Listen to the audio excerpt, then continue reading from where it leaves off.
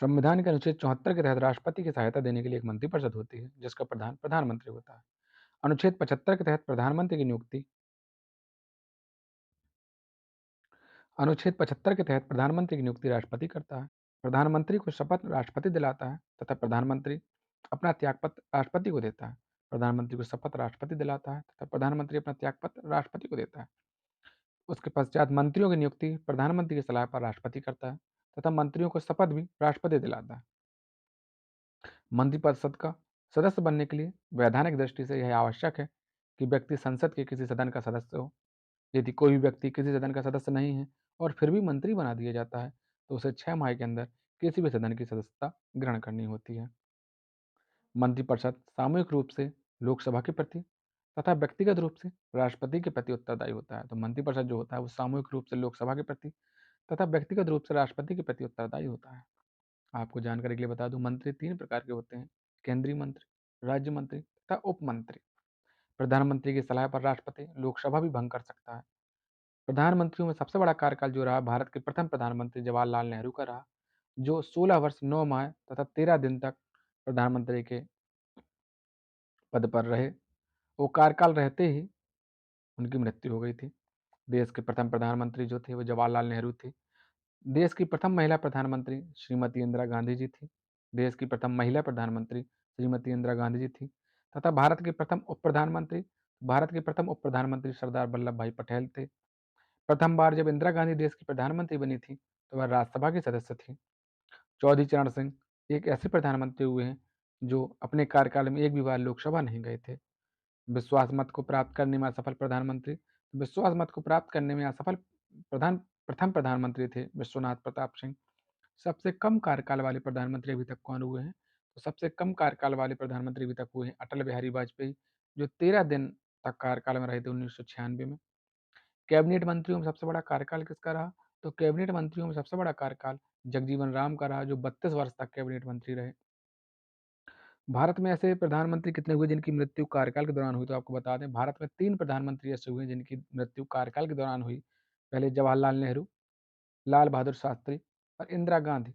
लाल बहादुर शास्त्री प्राकृतिक इनकी मृत्यु हुई थी तथा लाल बहादुर शास्त्री की दुर्घटना ताशकंद समझौता करने गए थे, ताशकंद में 1966 में इनकी मृत्यु हुई थी तथा इंदिरा गांधी की मृत्यु 1984 में हुई थी। इनके गनर ने इनकी हत्या कर दी थी।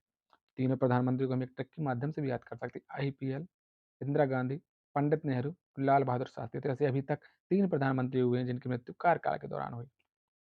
अब तक के भारत के सबसे अधिक उम्र के प्रधानमंत्री कौन है? तो अब तक भारत के सबसे अधिक उम्र के प्रधानमंत्री जो बने वो मोरारजी देसाई बने हैं। तथा अब तक भारत के सबसे युवा प्रधानमंत्री कौन रहे? तो अब तक भारत के सबसे युवा प्रधानमंत्री राजीव गांधी रहे हैं। 2 बार कार्यवाहक प्रधानमंत्री कौन रहे? तो गुलजारी लाल नंदा 2 बार कार्यवाहक प्रधानमंत्री रहे हैं।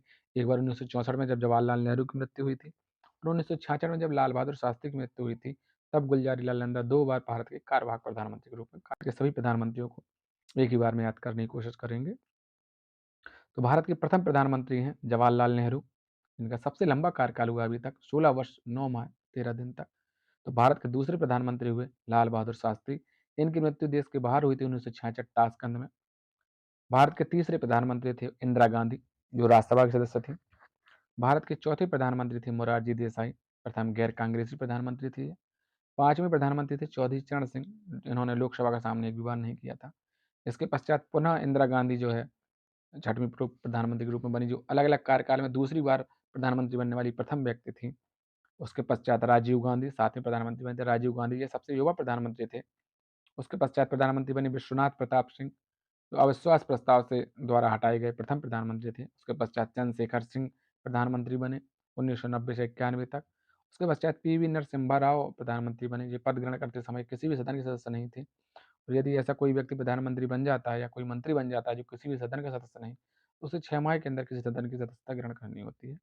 उसके पश्चात अटल बिहारी वाजपेयी जी प्रधानमंत्री बने। ये अभी तक का सबसे छोटा कार्यकाल जिनका रहा, मात्र 13 दिन का कार्यकाल रहा।